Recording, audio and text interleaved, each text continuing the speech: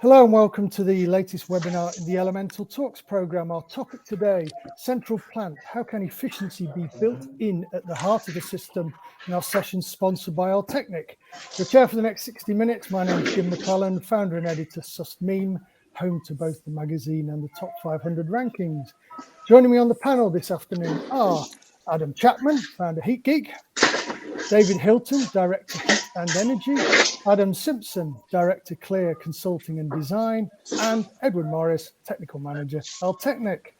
It is all live, as you will see, with Q&A to finish, so pop your questions in the appropriately named Ask a Question box. Should be at the bottom in the middle of your screen. You type them in there, you pose them, I'll ask them, they'll answer them. So, a little bit about Elemental. This webinar forms part of a program of talks hosted and produced by Elemental, elementalexpo.com. For those who don't know, it's the online community for professionals focused on innovation in heat, water, air, and energy, the vital elements within the built environment, now and in the future. You can find the full diary of events on the website, range of upcoming webinars, also view the back catalogue, whole host of hot topics, all available on demand, great who's who of speakers, and I should add, everything is free to access. Plus, next year, the physical, real world, in-person Elemental Expo will be taking place at the NEC Birmingham, 21st to 23rd June 2022. See you in the flesh there. So, very brief intro from me because we've got a lot to cover, many interesting insights to get into. So, central plant, building efficiency in at the heart of the system. Serving precious energy resources whilst at the same time cutting carbon emissions is key to the government's response to recommendations in the 6th carbon budget and, of course, the bid for net zero 2050, as we all hear. Core to this combined energy efficiency and emissions reduction strategy are not only the services and technologies in individual dwellings and buildings, but the data, the systems, the heat networks that connect them. And at the heart of these is a central plant room. As a result, the modern building services engineer increasingly pushed to create specific designs, not only save energy resources and cut costs, but can shrink carbon footprints as well. They must also meet the latest regs, prove flexible and adaptable to changes in demand and behaviour. It all adds up to a big ask. And so any successful design solution must allow for easy and efficient integration of renewables, such as CHP, solar, heat pumps. The central plant system needs to offer a reliable, optimal way of producing hot water, controlling the heat, metering each individual flat, apartment or house. So the box of tools at the engineer's disposal includes, we'll hear about more, I'm sure, the likes of heat interface units, flow regulators, consumer modules, metering products, plus the correct buffer vessel for the job. So plant room efficiency, as you can gather, even from this brief intro, it's doable, but it's not necessarily easy. So the webinar explores the ways in which low carbon energy efficiency can be built in at the heart of the system in the plant room itself. So let the debate begin. Right, as we start to explore the opportunities to optimize efficiency, central plant, low to zero carbon future, I'd like to begin the debate by asking our panel to introduce themselves, of course, but also share some opening insights. So to kick us off, Ed, could you please set the scene for us? How does energy efficiency apply to central plant? Yeah, certainly. Well, thanks for that, Jim. Fantastic introduction. And thank you for all your hard work in the background in getting these 5 handsome gentlemen around the table, shall we say, to happen. So, as Jim said, my name is Ed Morris, and I'm technical manager for a company called Altechnic. We are part of the Turkey Group, manufacturer of hydronic components. And sort of setting the scene, really, I suppose, was the question we were asked, and how does efficiency or how does energy efficiency apply to central plants? I think sometimes you've almost got to reverse engineering those. There's a lot of times when I think people design the plant and then they try and get a system to suit that plant. And I don't think that is the right way to go about it. Many years ago, when we didn't have maybe some of the calculation tools that we have now, we'd stick a large, heat emitting boiler in with large pumps, and we'd circulate as much hot water as we can, as much energy as we can to try and create, that kind of outcome. Whereas I think nowadays we're a lot more scientific in what we do. There's certainly some people around this table who are a lot cleverer than what I am when it comes to putting those calculations behind things. But, we almost have to work backwards now. If we're in a multiple occupancy building, we know we've got a heat emitter, whether that be a heat interface unit or a boiler or something else. We know the kilowatt loading of that. So we almost start to work backwards, and we know what we need to get we know the outcome, we know the answer to the question, but we've almost got to put all those sums in line then to sort of create that final equation. So, you know, we've got the output, what do we need to put in the plant to get that out? You know, I mean, I've been to certain sites before where you've got companies or ESCOs charging 13 pence per kilowatt hour and they're losing money on that because it's inefficient. And then there's another site where they're charging 3 pence per kilowatt hour and they're making money on it because they've got a lot more efficient plant. So a little bit of thought, I think, at the start of the design work is critical and key to that. Excellent, thanks. Yeah, nice point made right at the start. Namely, it's a bit like working backwards up to a point. It's quite easy. There's a lot of emphasis on innovation and new kit, and it's quite easy to be bedazzled by it and lose sense of actually what it's for and the application and the purpose and the project in particular. And as you say, the result can then just be inefficiency at the end of the day. So in terms of where to start then improving that efficiency before we get into the more advanced stuff. So Adam Simpson, what are some of the low-hanging fruit to grab at the beginning of the project or process? What are the easy wins? Yeah, well, I'd like to second Ed's thanks for your introduction, because I think you've summarised the issue, but the problem we've got to resolve is much wider and more difficult to tackle. I think there's a few really critical things to talk about. Now, I'm the director of CCD. We undertake building services designs, and we've done lots of multi-res, lots of centralised plant and distribution with heat interface units, done it over a lot of years. I think really importantly that we have to consider the very first aspect is to reduce the need in the first place. Now, I don't want to get too tree huggy in all of this, but we need to start with a fabric first approach. You have to reduce what we need to input and then deal with the centralised plant. You know, I know we've all heard it so many times about be lean, then be clean, then be green. I really struggle with bolt-on renewables. It's not a case of taking a heat network and putting a heat pump in it. It's not the answer. It's about making sure the heat network is designed correctly for the need. It's really important as well, the low-hanging fruit is to understand the tenure, understand who's going to be inside their dwelling, understand how they're going to use it, understand the need and the profiling of their energy use, because you can actually have a mixed tenure and actually have more efficient plant in its delivery, different depending on the users of the space. I'm getting quite a lot of feedback, sorry. I think low-hanging fruit, don't oversize the plant. The plant shouldn't be oversized because oversized plant causes inefficiency. But one of the things that really is important to me when I'm doing this is the correct size plant room.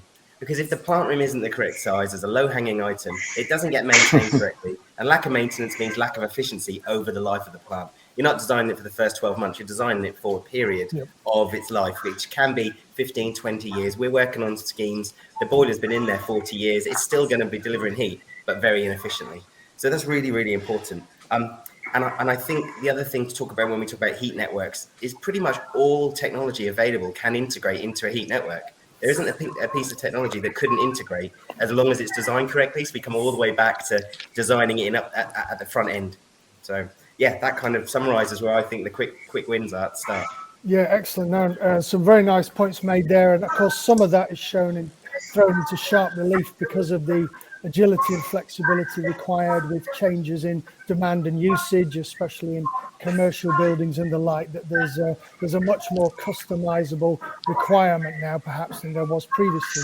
I'm thinking, could I just say we're getting quite a bit of feedback from one of the participants. Maybe in this early section I could encourage people to mute except for the speaker, who of course may be revealed as we go along. So then when it comes to hydronics and zoning, so Adam Chapman, I wonder if you could talk us through a little bit why less is more on that, please. Yep, so to give my intro first, I'm getting feedback as well. I'm Adam Chapman from HeatGeek, in case I didn't put enough branding in. It's three bands there. We run an online heating resource, a free online heating resource actually, and a paid for course, which some of you may have seen. So yeah, I echo exactly what the guys have said, all totally on the same page there. And I suppose all the ongoing discussions from here and all discussions we have should be underlined by the fact that Adam put, which is, yes, it is fabric first. So I just want to put that aside and then focus on everything else with the understanding that we all just agree there. The hydronics and zoning side is a sort of interesting one, because this is a drum I always bang, and I've released a video recently on it, is that people generally do tend to think that more is more. The more you zone, the more efficiency you're going to make, and that's not necessarily the case in modern systems. And especially when it comes to commercial plant, I think often we'll find that we get oversized plant, as Adam said, and that's not the only redundancy that's built in. It's also the extra high temperatures. It's all set to high temperature, so it can respond to any demand. Yes, there should be a slightly high set of temperatures at your plant, but there needs to be a balance. It's not max at the plant with no consideration to the efficiency that can be gained in that plant, and then reduced down at the points of use. You've got a lot of distribution losses there, as well as being lost from either condensing boiler or your heat pump or whatever else you've got in there. And zoning the hydronics are part of that link. We want to try and decouple these two separate spaces as much as possible. Every time you put a hydraulic brake or a blending valve or something between A and B, you're going to have a step down in efficiency. So my kind of gambit is to streamline that point from heat source to where the heat's emitted, and the smoother we make that transition between A and B, the less steps of heat loss, efficiency and heat loss we get between A and B, and the more efficiency we retain. Excellent, thank you. So less is more, and we've already heard about redundancy and excessive temperature issues, but good point there about streamlining and making smooth transitions to minimize the loss effectively. So David, in this first early round, the last question to you, and in a way for many people it's probably the first question. It's a crunch question. How do we achieve cost certainty? So you get to talk about money, David. Oh, good. Well, that's a nice introduction. I'm Dave Hilton. My business is Heat and Energy Limited. We actually look at the defining of the system, and in a way, part of what we do is actually look at that first crunch question, and I have what I call my 3D approach. And the first D is define. We first want to work with a client to define exactly what not only the plant has to be, but what their expectations are. What outcomes do they want when they're living within their property? And usually we work with one-off buildings. I'll just put that into context. We don't work with multi-dwellings at this point. But there's so many new builds going in now that don't even have a plant room. And they go, oh, we'll bang it in the loft, or we'll hang something on a wall. And it ain't going to work. And you speak to people and you say, well, what temperature do you want? And they say, I want to be warm. Well, what's warm? You know, my mum's warm is different from my warm. You know, I grew up in a place where we had a yellow thing in the sky. We called it the sun. And just defining what it is absolutely crucial. Because if you don't know what the expectations are, trying to deliver that you got no chance. Most people rely then on building regs and say, well, we'll deliver building regulations. Well, 21 maybe if you're lucky. And they don't actually know what they want. The second D for me, after you've defined what it is, then design. And then we work out exactly how big the plant needs to be and all of that. And once you've got the drawings and the understanding of where everything goes, then the third D is deliver. Mm-hmm. And we won't turn up on site until we know exactly who's involved and what's involved and how big the stuff is that goes into that.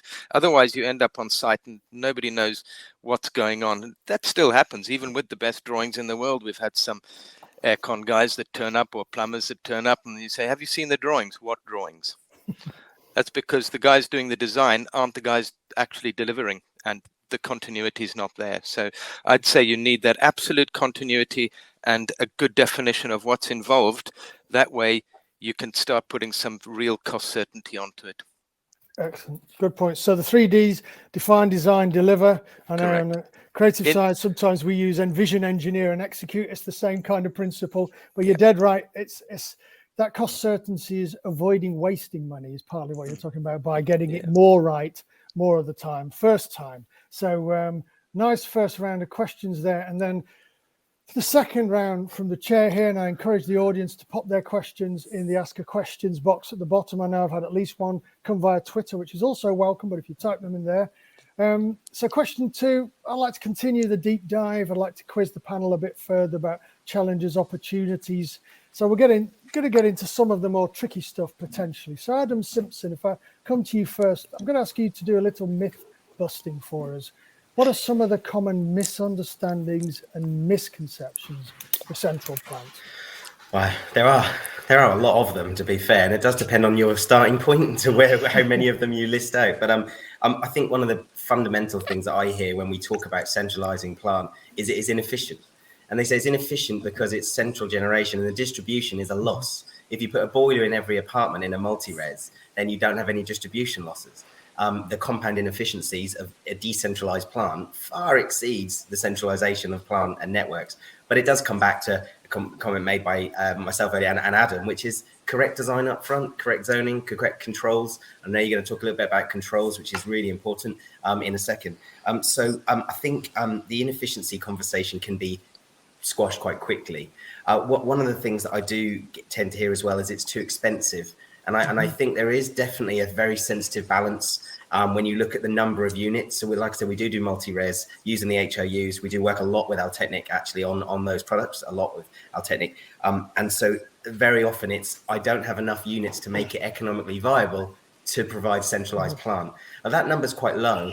It is actually quite low, but it does then introduce a network that has to be managed and operated. There has to be a landlord involvement.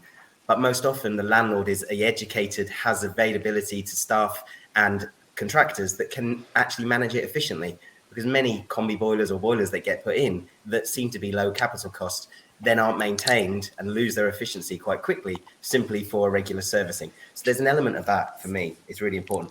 I only have two other things which is really important for me is a design of a heat network at stage one can quite happily be based on a gas-fired installation because that might be what's available and economically viable there. But considering the refit opportunities is really important. And one of the myths is a heat network won't really work with air source heat pumps. I hear that often. Low temperatures won't really work with an air source heat pump, with a district heating system or heat network, and it's just simply not true. It's not true if it's designed correctly up front. And I think they're really important things to consider, that you might not decide to do a low carbon air source heat pump driven heat network now, but your retrofitability is built into the design. That's really very, very good point. Thanks. Yeah, tackling some of those misunderstandings, some of them downright misperceptions. I should also draw the audience attention to plenty of further reading resources going in the chat there. So if you want to follow up, especially case studies and stuff, you'll see a nice bunch of links going in there for you to read afterwards. So following through in this kind of drilling down and getting into the difficult stuff, David, so I'm going to give you the fun of a bit of finger pointing actually, because I'm going to ask you, who is responsible if a property does not perform as expected, and how do we prove accountability? Without getting into full-on blame culture, who's responsible and how do we prove accountability? Well, first of all, the key word there is expected. I go back to the previous comment of define. If the customer hasn't defined what they want, then there isn't an expectation. So it doesn't matter, as long as it performs, it will. There's no blame. Sure. But if you've said a target temperature, you want a certain target temperature, or you want a quick reaction time, or whatever it's going to be, then it's very difficult unless you've got the whole team on board, and that includes the fabric. I'm glad that we brought up the fabric first approach right in the beginning, because we can't separate these things anymore. In the past, the guys would build a house and then you'd get a bloke in a van to come along and bolt some radiators under the window and hope that the problem goes away. You can't do that anymore. There's a huge symbiosis between the fabric of the building and the plant that goes into it, and how they react, and then how people work within that. So we almost want to take it one back from fabric first and say people first. What is it that these people want inside this building? Then we look at the fabric and the relationship between the plant and the fabric to deliver what the people want. And if that hasn't kind of been defined right in the beginning, then it's anyone's game. And the key with getting it right is project management. Somebody has to be in charge. And the biggest issue we have, especially in the self-build sector, is they bring in a number of different parties. One person's doing underfloor heating, the other one's putting in the heat source, somebody else is working on the fabric of the building, somebody else is doing mechanical ventilation. Nothing performs as expected, and the result is wrong, and the fingers just point all over the place, and there's no continuity. Somebody needs to be in charge, and that has to be a a defined project manager within that to say, I'm bringing it together. I'm creating the vision. I'm bringing it together. Very good point. The people first. And in terms of, Dave, I could just follow up there. In terms of why there often isn't that person, is it cost cutting? Are they trying to dispense with a layer of management and manage themselves, or rely on the different parts of the jigsaw just plugging themselves together? Is it mostly cost, or is it just a lack of understanding? Two answers to that. It is cost driven, because usually with a self build or a single dwelling, there's a limit to the resource that they want to put into it. There's also a little bit of a misconception that there are some companies out there that pretend to do it all, that will say, we will design, we will do every aspect for you, and they actually subcontract it, and it then the continuity is gone on that completely. And it's that feeling that the individual homeowner gets, that they think, well, I can get it for free from company A, so why should I pay somebody? It looks like an additional cost. Well, if it's free, it has no value. Strong point there. So moving on to Adam Chapman then, if I had to ask you, obviously already mentioned, but why are good controls important, as well as low temperature sources, not just emitters? So I wonder if you could talk to us a bit about the priorities here, please. You're on mute, Adam. Okay, off mute. Yep. Exactly. Just to build on what Adam and David had just said, actually, I'd say that heat loss or fabric isn't first. It's calculation first. You've got to get your calcs right. So I just wanted to make that additional point, because without calculating, we're just guessing. It's the most important new thing in our trade, which we should have been doing the whole time. But obviously, as heat losses get smaller and everything's getting a little bit more refined, the calculation, or the importance of the calculations, becomes much more important. And especially with cycling now being more of an issue with heat pumps and more sensitive sort of boilers to temperatures and cycling. But that leads me onto the point in your question about controls and how we have low heat sources. It's similar to my last point, really. Low heat sources, not just low temperature systems. And the way we ensure that link between the two is by intelligent controls. There's still a lot of on-off switch signaling going back, or no signaling, just a demand when a temperature is noticed that it's been reduced, like a flow temperature or return temperature has increased, by using intelligent controls, which are now coming down in price incredibly and very easy to install. They're low voltage, they're not even dangerous. We can feed a lot more intelligent information from the different zones or different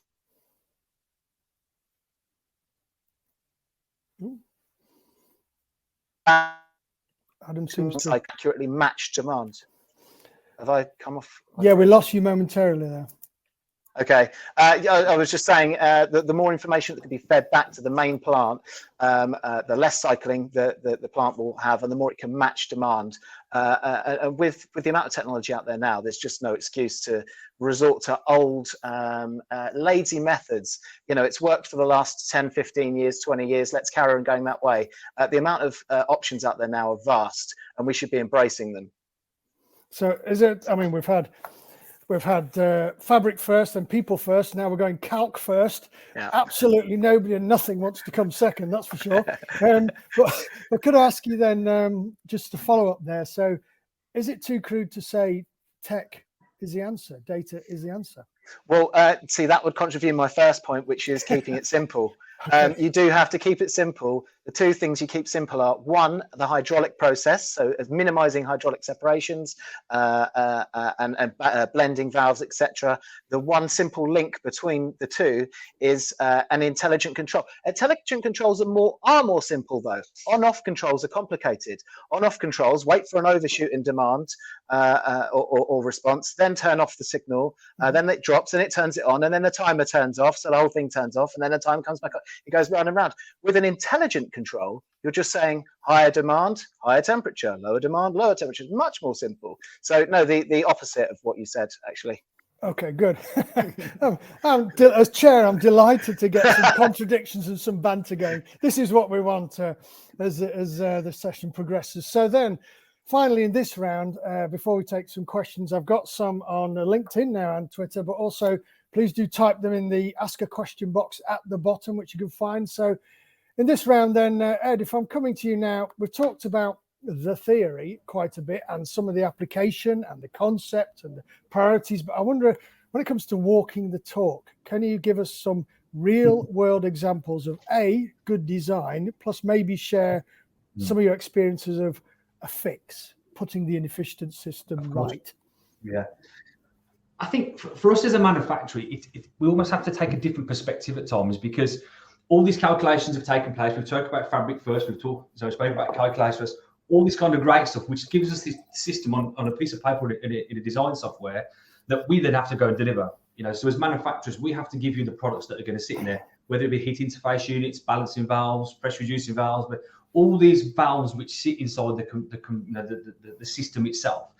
So first of all, we have to do that. And then we look at and then obviously if something doesn't go wrong, if the design isn't right, if the calculations are wrong, which Adam, you may disagree, they are wrong at times, I've seen it. These things do happen. And that leaves us in a scenario where our product isn't working as designed. And the first thing we get back is your product isn't working properly. I'm not getting hot water, I'm getting intermittent hot water from my heat interface unit. My heating's not reaching temperature. They don't think to look at the primaries, they just want to look at your product and say it's not working. So we have to try and take it from a different perspective, and it comes down to sizing, making sure we have sizing tools on ours and Clefi's website, which help you size the tools correctly, size the product. But real world examples, and I'll give and I had the exact facts, and I can use two examples very much side by side of good and bad sort of examples of good design. I walked into a plant room at a site in Manchester last week. And it was the middle of the day, 1 o'clock. It wasn't particularly cold, not like we've had at the moment. District heating, there was about 600 HRUs on site, but spread across 3 different blocks. They've got 3 different plant rooms. So when they're about lunchtime, say it wasn't particularly cold, it wasn't busy, people at work. Pumps, all 4 pumps were in at full tilt, absolutely screaming their what's off. Return temperature in the network, 85 degrees. Straight away, that screen, to get a return temperature of 85, with no demand, I dread to think what the flow temperature is. So for a start, that's poor efficient. Your pumps are running, they're screaming all the time. They're not designed to do that. They're variable speed pumps. They're called variable speed for a reason. Your high temperatures, you're just producing excruciating amounts of heat. For what reason? There is no real reason. But on the flip side of it, 2 days later, I was at another development where I walked into the plant room at a similar time on a colder day. And I think there was, over the 4 pumps, there was one running about 32%. It was just ticking over nice. It was just keeping it, and the return temperature coming back at like 36 degrees or something like that, because they've got the plant designed correctly. They've got the sizing correct. The sizing's correct. We spoke before about oversizing. We've seen it. We'll move away from it. Like I say, pressure reducing valves. Someone's got a problem with the pressure reducing valve because they've installed it as a line size as opposed to the capacity of the valve. So they've just gone, well, I've got a 1-inch main. I'm going to fit a 1-inch pressure reducing valve. But all these components that we're talking about have all got an operating window, whether it be flow, whether it be pressure, anything like that. And we have to deliver that. The fuel that we give the components is the success that we get out of it, basically. So when it comes to the plant size, so we walked in and then obviously designed the system in a way that the efficiency was correct. They got the pumps on variable speed. And I always use this as a layman's term. There's a few sort of simple quick hits that we use when we say about, fixing efficient systems. Are you indexing your system? Have you got index sensors out there so your plant actually knows what's going on in the system? It's no point indexing across a suction discharge of a pump, because what's happening, that's only what's happening in that 600 mil space. What's happening, 600-700 meters away or however many lengths of pipe away, what's happening in the system there? So are you indexing it? Are you understanding what your system's going on? Are your pumps running at variable speed? Are they adapting to the demand on the system? And are you getting good flow? Are you getting a good delta T? Are you getting that good flow T? Are you using your energy efficiency? The amount of people I speak to that will come back and say, well, my flow return and my return temperature is scorching hot, it's great. Because they think an efficient way to run a system is to have a hot return temperature. But all that means you've got a really expensive paperweight in your plant room just producing heat that's not been used and it's been wasted. And I can't put it any more simple than that. Are you controlling your pumps by index? Are you controlling your pumps? And are you getting good delta Ts?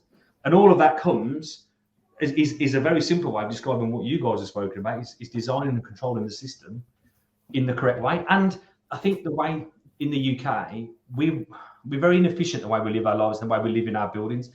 If we get too hot, we'll leave the heating on, but we'll open a window. Yeah. Because it's the easy way to cool the building down. You know, and it's really, we all do it. I'm probably guilty of doing it. I know my wife is certainly, and my children don't even know the door's shut or windows. They just walk through and leave them open. So, you know, we're very guilty of that. And we're talking about heat networks. At the minute, we want to call it like a third generation heat network where we're using, you know, gas-fired boilers and stuff to produce these plants. And then there's talk of fourth and fifth generation heat networks. We can't even control third generation heat networks, which should be simple. We can't control those properly at the moment. So how are we expected to move on to fourth and fifth generation heat networks, which require a lot more input and design work, if we can't control what should be relatively simple of temperature and pump pressures? You know, we can't do that. And if we're moving into lower temperature within the apartments, that's a different story altogether. You know, we're used to heat on demand. We turn a radiator on, we open the TRV up, we get more heat, and everyone's like, oh, it's great. But if that gets removed and you're using a heat pump or underfloor heating where you constantly heat your property for 24 hours a day, 18, 19 degrees, again, it's a different mindset. And I think, you know, all of us with all of our expertise and understanding and knowledge around this table, we can design the most beautiful system that works efficiently, but you've got to change your mindset of the person that's using it, the fabric of the building as well. Excellent. So loads of good points then.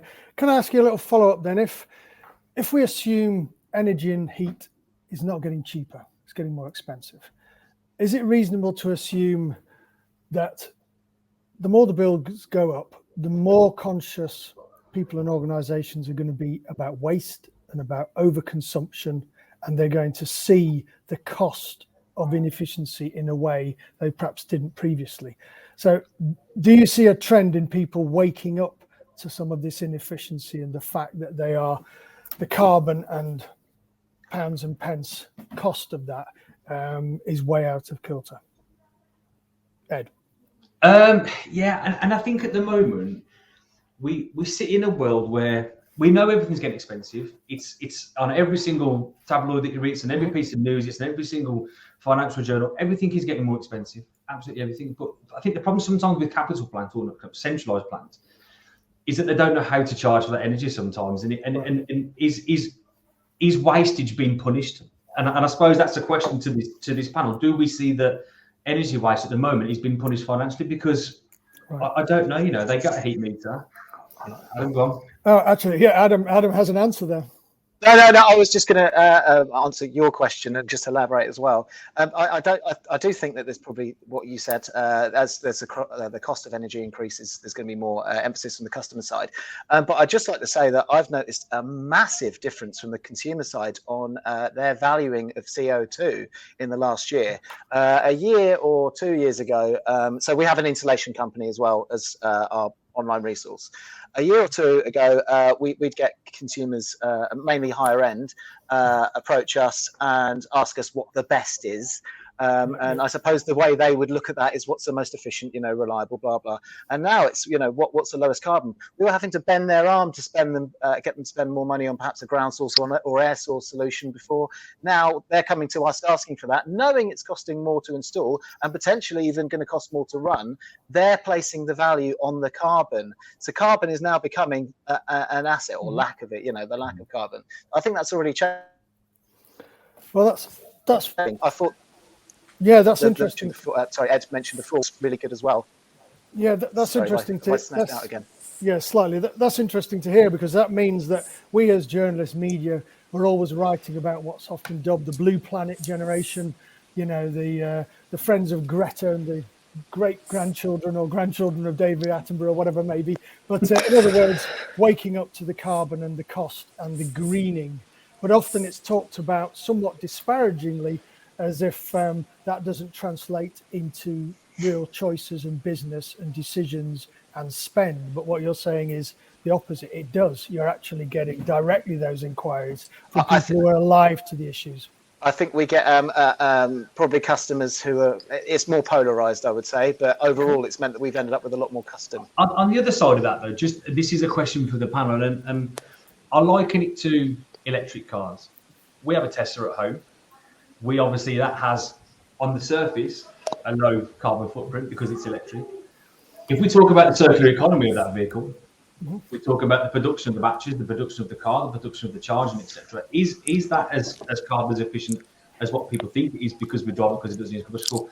And does that relate into heating as well? You know, is the circular economy of providing a heat pump, although we're getting less emissions for the customer, is the production part of it, the insulation, all that kind of stuff.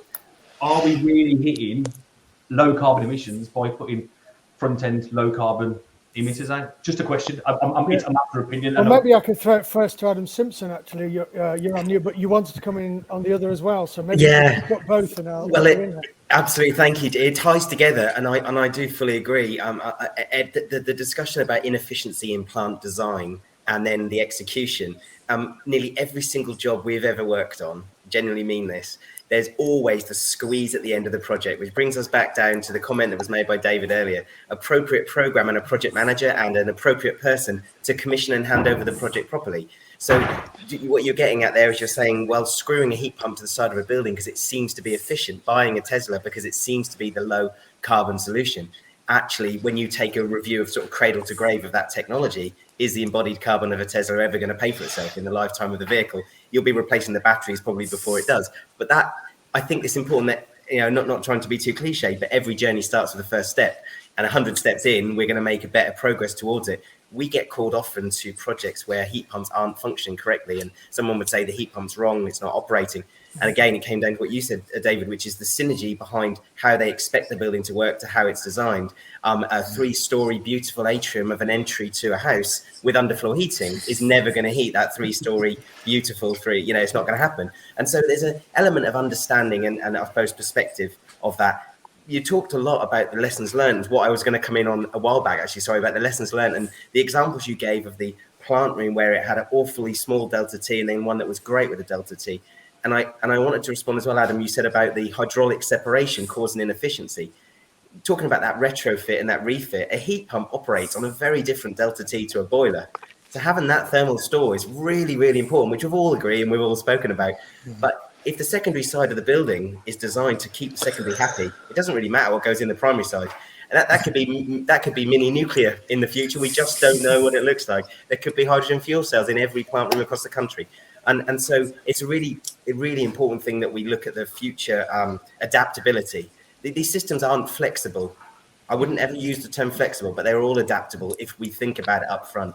And the only other thing I was going to mention is the change in the building regs. Now, COP26 might have changed it, but there is a drive, and there will be in the new building regs, that overheating becomes its own element of the building regulations. Well, we're talking a lot about heat networks. When you have a fabric first approach, which I kept saying, and calculations first and people first, we capture that heat and we keep it inside. Our underfloor heating works great. But when it's 18 degrees overnight and then the sun comes up mid-season, the house will overheat almost straight away. All those windows get flown open. We cool ourselves down mid-afternoon, sun goes away. We then close the windows, turn the heating back up. And that's human nature for how we operate. So good, efficient ventilation is important, obviously, and understanding how that building might react to overheating. I think that process of developing regulations and our technical response, we've seen it a lot before, understanding that the ventilation strategy for buildings has changed a huge amount, hasn't it? With very leaky buildings to very well insulated buildings to sick building syndrome. But, a number of 20 years ago, all of this process we go through as an industry. And the last thing I was going to say is just about the cost of it. You were saying about, are we paying for inefficiency? Yes, I believe we are. Number of multi-reses we've been involved with where we go back and they've not been commissioned. And so it is charging the tenant 12, 15 pence a kilowatt hour for delivered heat. It's surprising, actually. It's very surprising. Well, good points there. And I think too, the big link up that, to my mind, we're going to see over the next 5-10 years is the circular economy agenda and the climate agenda gradually talking to each other much, much more. I think the circular economy agenda has huge potential to change some of the climate targets we're working on. There's a circularity gap report, it's very good on that, yet we're only scratching the surface. It's very little understood. Many cases we're still just thinking in terms of waste and recycling, not a real systemic loop, not a cradle to cradle approach. And as you say, I think some of that thinking could be quite transformative as we go forward. But I'd like to pick up then, sort of following on fairly direct from what you said, it's a questions coming via Twitter, and I'll maybe throw it to you, Ed, first, and then Dave. And it kind of follows. We've touched on it already, but I really want to. It's about the green premium. What is the payback on some of the investment on this efficiency, and is it a hard sell? They say they call them budget holders. So, Ed, are we still in this world of a green premium and people being uncomfortable with upfront spend? Yeah, I mean, the payback period, I mean, there's probably people in this call that are better suited to answer this than me, but the payback period all depends on how you use your energy, isn't it? What you're paying at the moment, what you're going to pay up front to produce that, energy efficient, whether it be solar PV, solar, solar thermal, whether you're using ground source, air source, all this sorts of stuff. It all depends on how you use the building and the cost of it. We all know, certainly using some things like air source heat pumps, we don't necessarily have the best climate for air source heat pumps. So you're going to use some form of fossil fuel with the electric to boost that, to keep the system going. I think there's been a lot of misinterpretation or misinformation that's been put into the market, I think, about green schemes and payback periods, and that, if you go and put 30 solar panels on the roof of your house, you're going to be, you're going to be earning money off the grid at some point. I've seen it happen, but it's all to do with the install and all to do how you use your energy. If it's okay having solar PV then putting batteries in your house to save your energy, but if you're leaving lights on, tellies on, putting electric fan heats, all that kind of stuff, it all gets swallowed up, like I say. But there may be people around this table who are better suited to answer that question than what I am. I don't know. Well, I'll just flip it to Dave first, because this does pick up on some of the things we're talking about. And I would also like to ask you, Dave, if there is this misconception of a green premium or whatever, as you were talking, if you're coming in slightly later in the project, is it too much to expect you to be able to turn that conversation around? If there's already that myth out there, if they've already half committed to choices on the basis of false information, is it too much to expect you to be able to communicate effectively and turn that around halfway through a project? It depends where exactly that halfway is.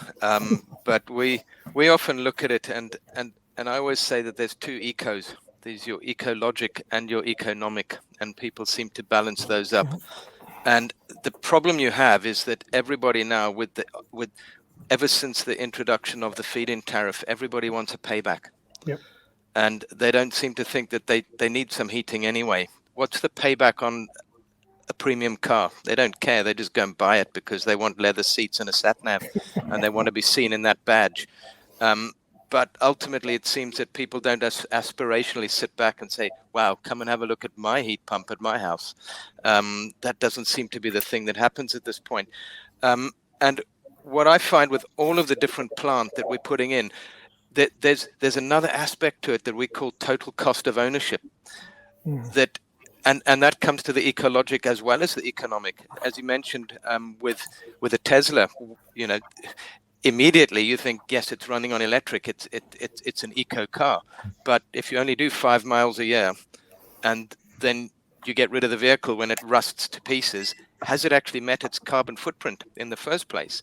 So we have to look at total cost of ownership. And I think sometimes on really efficient houses, if you've got the fabric first right and the expectation of how you're going to live in it, you've got that right, then perhaps you don't need the plant. So what if it costs a little bit more per kilowatt to run, but you didn't have to put in a mammoth amount of plant in the first place that won't actually make back its own carbon footprint? Maybe we've got to look at things in a slightly different way, and not just look at the immediate, what does it cost per kilowatt, but actually what's the end-to-end total cost of ownership. Good point. A nice point about being aspirational. And if I might just chip in 1 minute from an editor and journalist point of view, I think one of the difficulties is that word efficiency, in that it's not a people word. If I were to say Ed is an efficient guy, I'd have to explain in what context I mean. What, he's always punctual, he's got his CDs organized alphabetically. I mean, it's not a people word. I'd have to explain how I was using it. Whereas, of course, when we're selling usually efficient kit, we're using words like intelligent and smart. Why? Because they're people words. If I were to say you've made an intelligent choice by choosing a smart piece of kit, you can hear the sell and the aspirational ticking along there. So I think part of the problem is that the efficiency word in some people's mind is still attached to just putting jumpers on and that hair shirt kind of idea of green, of going without, whereas it can actually be attached to sexy kit, but we possibly need to use those kind of intelligent and smart words which people understand as an aspirational and a buying prospect, as opposed to just a hardship kind of sell. So anyway, some of this is bringing me nicely then to the last round of questions from me. And understandably, I mean, if we were successful in all these regards, and if this were easy, we almost wouldn't be having this conversation. We know it's not. So we have touched on a lot of the challenges and the difficulties and the obstacles. But for this last round, we've got just about 10 minutes left. I'd like to do the opposite. I'd like to get out the crystal ball, do a bit of future gazing. I've got kind of reasons to be cheerful. We're going to put on our rose-tinted specs. We're going to park our skepticism and cynicism for a few minutes now. And I'm going to invite the four panelists to share some really positive visions. We're talking art of the possible. We're talking a world on its way to net zero. So it's happy times. So fast forward 5 or 10 years. What does this successful future look like for low carbon energy efficient central plants? So Adam Chapman, I'm coming to you first. Paint us your picture, 5, 10 years. Things are going great, as we would say. You're not asking much. Yeah, exactly. Come on, you must give us your hopes and dreams for the next 5, 10 All years. right, okay, I'll try and be positive. I mean, it all comes down. I think Ed put it quite well before, actually, that we have a very difficult job here in in cleaning up how we approach plant, but it's not just in commercial, it's right the way through our industry, from small domestic to the user. It's everyone having to learn and level up. So I suppose with the rose-tinted spectacles on, it would be that people do take on board the fact that they need to self-educate and self-improve, and none of us have ever reached. I'm nowhere near where I want to be. No one's ever at the end. This is an ongoing process. As there's more technology released, you'll need to gen up on the next lot of technology and learn how that best fits in and where it doesn't fit, and how to integrate it.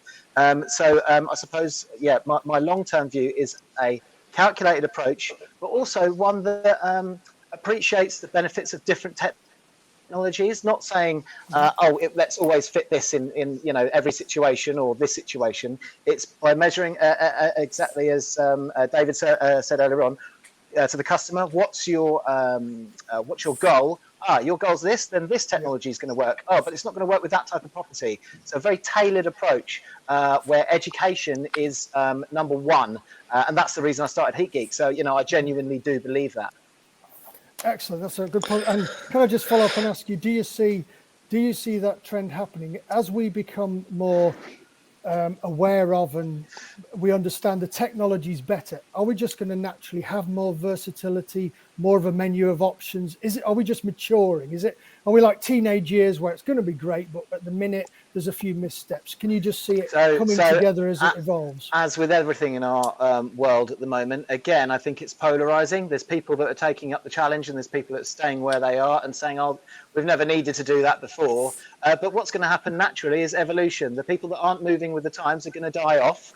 Hopefully not physically, and the people who are moving with the times will grow and prosper, get more work, grow their business, become better, and they'll end up being the new way of things are done. So I think there's going to be a natural evolution as things move forward. The things that do work will be proven, especially with heat pumps. This is the great thing about heat pumps, is that we can go back, look in the heat pump and see, how well was this designed and installed? Right, the COP's 4.6. It was done very, very well. We were never doing that with gas boilers, which is why most gas boiler engineers don't really need to be engineers, just pipe fitters. Those days are gone now, or going. So, there's going to be a natural progress. And I suppose that's, this whole thing gives an accountability. The fact we can read, the fact that there is such a variable in the efficiencies, and we can read that efficiency, gives accountability to each firm that was never there before, and that's going to kind of drive the whole thing forward. Taking the spectacles off now. Yeah, exactly. Yeah, that's enough being positive for a minute, but I'm liking that. I'm hearing evolution, an element, to be honest, of adapt or die in there up to a point. And as you say, I mean, maybe further down the line, we'll almost be looking at the equivalent of TripAdvisor for heat pumps. You'll be able to rate effectively. We're understanding that in our shopping habits and our personal buying patterns. Funnily enough, with the biggest ticket items, such as housing and property and things, we don't necessarily have that same kind of feedback loop, which seems to be an anomaly which inevitably will get fixed, I guess. So Dave, coming to you now, putting on those rose-tinted specs, it's your job to be almost unfeasibly positive about things. 5 or 10 years, things have gone brilliantly. Where are we at? What does it look like? What it'll be is that I'll turn up on site or turn up to a project, and the engineers who design the systems and the trades that deliver the system will understand and respect each other and be able to work together. Right now, that communication is slightly lacking and usually involves quite a lot of expletives, and that therein lies the challenge. And I think that we need to throw into that the fact that manufacturers will work with them as well. They will also know exactly what their product does. When you phone up the helpline, you'll be able to get through and talk to someone who knows what they're dealing with. And right now, that's also a slight challenge. Going back to comparisons, you say about which websites and things like that. My vehicle's meant to give me 48 miles to the gallon. It doesn't matter which report I look at, it's about that amount. But I know I could drop it down a highly greased mine shaft with a tailwind and I won't get that ever. So what we need is an understanding of how these things actually work and what our real life expectations are, so that we can go along to the homeowner and say, this is what you're going to get. This is who's going to put it in. It will do that. And everything is fine. And in the future, that's what we'll have: honesty, respect, good communication. So we're getting quite philosophical now. We're getting education, honesty, respect. This is a very nice conversation we're having at this point. So Adam Simpson, probably just as well you're on mute, so we couldn't hear you guffawing at the situation that Dave was describing. So if I come to you then, Adam Simpson, the world you described. Exactly. Where are we in 5 or 10 years? This halcyon future. Where are we? Well, I'd like to say the world you describe, David, makes me happy inside, but the aspirations might be a little bit of a difficult one. Although respect on site, I think, has changed over the years. Yeah. It has improved, but it's still a challenge. What I was going to say is, I don't want it to sound too utopian, but schemes are only come off the ground because they're economically viable. So the economic viability of them is right. And I do really like what you've said about ecologic and economic. I do really like that. I think that really rings a bell with me. But I think fundamentally the conversation I get in very much on the commercial side, not really on the self-build side. There's a different attitude to a private developer building for themselves. But commercially, the scheme has to stack up. And if it doesn't stack up, the job doesn't go ahead. And so understanding the value of something and the benefit of something, the cost and benefit is really important to understand the overall value. I also like what you said, David, about if it's free, it has no value. And I think that's really, really good. And I'm afraid to say I will steal that. And sorry, I'm going to use that in the future. So apologies. So what do I think the future looks like? I think it is right that the technology will develop. There are technology on the market now using CO2 as the medium for the refrigerant. Highly efficient, great efficiencies, can't really integrate into a heating system, but it's just a stepping stone. What's really important though, and again, you said it, Dave, and actually you said it as well, Adam, which is making sure the calculations are correct. We often get involved in schemes that have been designed by Google, I'm forced to say, and saying this will work, won't it? Have a look at it. And the heat pump won't work because it's designed at 3 degrees ambient, and we're putting it into a UK environment that runs down to -5. And a lot of the heat pumps on the market, they actually operate as electric boilers. When you get to below zero, they actually turn on and they're just an electric element. So, and that is very inefficient and a lot of upfront costs and not a lot of benefits. So what does the future look like? I do think it's heat pump driven, if I'm going to be honest. I do believe the heat pumps will have a massive role in our future. Retrofitting heat pumps into existing properties, very, very difficult. I think that's a very difficult thing to deal with, hence the fabric conversations. One of the things that I find hard often is the distinction between the developers' drivers, the contractors' drivers, and then the users' drivers. And we need to bring those things together because it needs to be good for the developer to get a return, but it actually needs to be not easy to install, but achievable, that we're not setting the contractor up for a fall in an installation. It's not commissioned correctly, it doesn't work. And the user turns up and is using a building they don't really understand. I'm not suggesting we go down passive house route for all of our properties. We do a lot of work on passive house dwellings. It isn't the only answer. It's a very good framework and it should be applied, but perhaps not in its purest form because it's actually unaffordable in the main. Excellent. So I'm hearing call for the business case, if in effect, to be made successfully, and a nice point perhaps about, often we speak about the need for collaboration and working together. We made a nice point about there has to be an alignment on goals that will actually underpin that collaboration, because people aren't going to work together if they work together for the same ends up to a point. So that's a nice point. So last word to you then, Ed. So you've heard these visions. You've got 3 visions of the future already. Give us yours. So 5 or 10 years, you're looking in that crystal ball. It's gone well. This is what you're seeing, Ed. I think put the rose tinted on the end of my nose so I can look over the top of them. I think we have to be realistic with what we've got. We live in a climate where we have very cold winters, not as close to most. So yes, heat pumps are the future, but we have to understand that they're not going to work as efficiently in these conditions, and there's going to be some kind of impact. Retrofit heat pumps, a large percentage of our houses is terrace housing, it's apartment blocks. Can you retrofit heat pumps easily to terrace houses or apartment blocks? Probably not.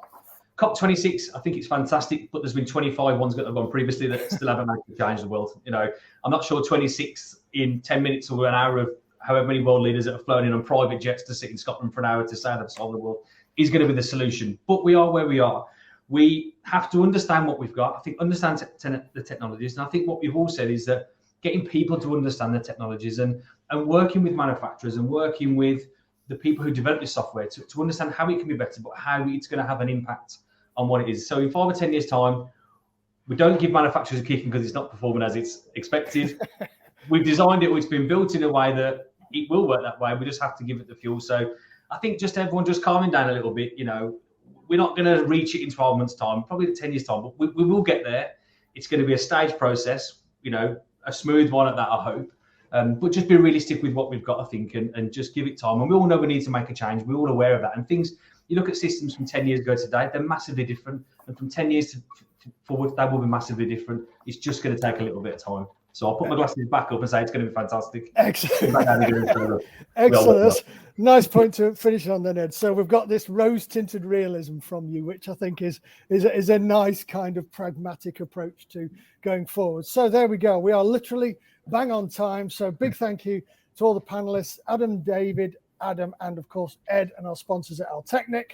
To yourselves out there in Crowdcast in the audience for joining us. A reminder to check out elementalexpo.com. As I said at the top of the show, online community for professionals focused on innovation in heat, water, air, and energy, the vital elements within the built environment now and in the future. In case you missed it, full diary of events on the website, including upcoming webinars, back catalogue, available to watch on demand. And this session will be available immediately following almost, using the same link for you to either watch again, cycle back and see the first 20 minutes if you tuned in late, share it with a colleague or a client. So it's almost immediately available for maximum sharing. So thank you once again to the panel.